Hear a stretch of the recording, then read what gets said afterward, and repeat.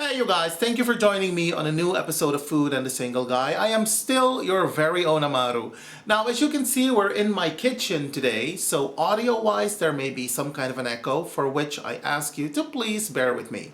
Now, on this episode of Food and the Single Guy, you guys, I am going to show you how to cook a very popular, very delicious, very healthy soup from my country. But before we get to it, I just want to give you a little bit of history lesson here, because I come from a country in South America that is basically a melting pot of a lot of different cultures.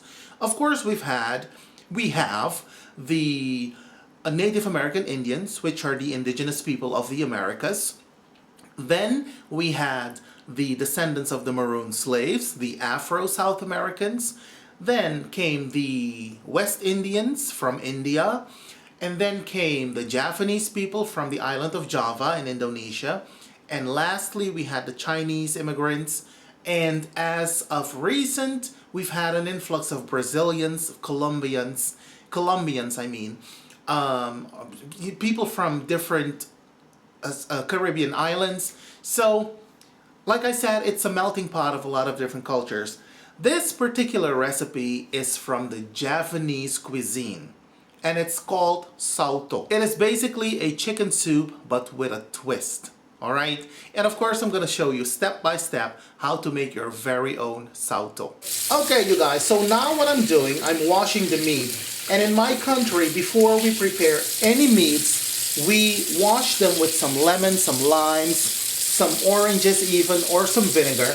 And we do this to cut the raw, meaty scent.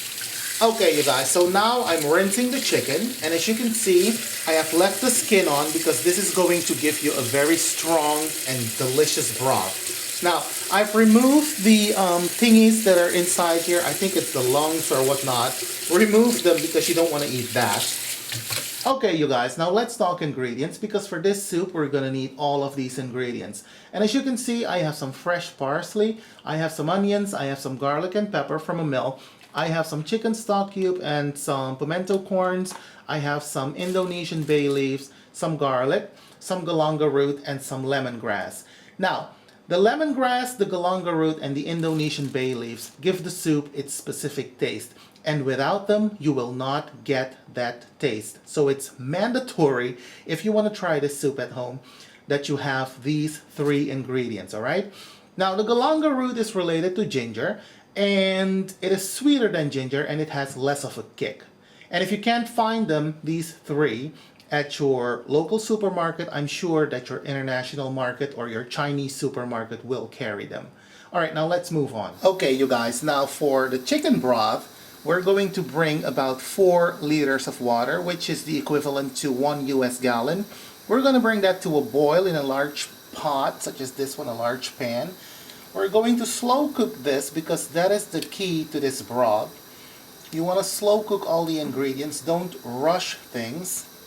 As you can see, I am adding the chicken now. Go on, baby, lie down. You add the chicken and then you gradually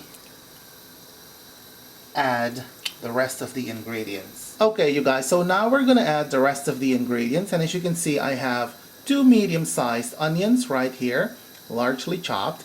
I have 4 whole cloves of garlic.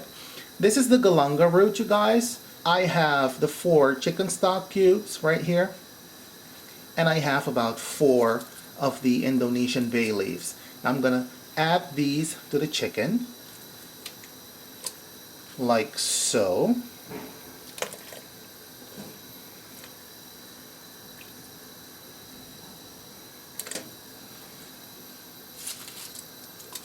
Now next what I'm going to add is the lemongrass, and as you can see, I cut the stems like this to release the flavors, but you can also break them like this, you know, that will also do the trick. So you break them like this, and then you put them in the pan like this and allow to slow cook for, I don't know, about an hour and a half. Now stir things up a little bit, like so. And I am telling you, if you had smell-o-vision, this smells so good already. Oh, can't wait to taste this when it's done. Now don't forget about the pimento corns, you guys. Just add them now, along with some fresh parsley, like so. Give it a bit of a stir and allow this to slow cook on medium to low heat, you guys, for about an hour to an hour and a half. Now after about an hour to an hour and a half, you remove all the ingredients from the broth. And as you can see, the chicken is very tender. It falls off of the bone, and that is exactly what you want. Next, you're gonna put the chicken aside like so, because we're going to do something very special and very different with it. Okay, you guys, as you can see, the chicken was set to one side to cool. And what I'm doing now is I am stripping the meat from the bones. Now, some people use chicken breasts. I use chicken thighs because I believe that they have so much more flavor. Now, when you're all done, you want to end up with a plate of chicken meat that looks a little something like this. See? It's basically just tearing it to pieces, little strips, if you will. Now, before we can enjoy our very delicious saoto, we're gonna have to do some assembling. First, we're going to put some rice in a bowl. You may serve the rice separately or with the soup, it's up to you. Next, add some bean sprouts to the bowl and make sure to clean them. Remove the roots and wash them thoroughly. Add some of this mix of fried glass noodles and thinly sliced fried potato strips, some chicken of course, a hard-boiled egg, some of the broth, and lastly, some of the hot soy sauce.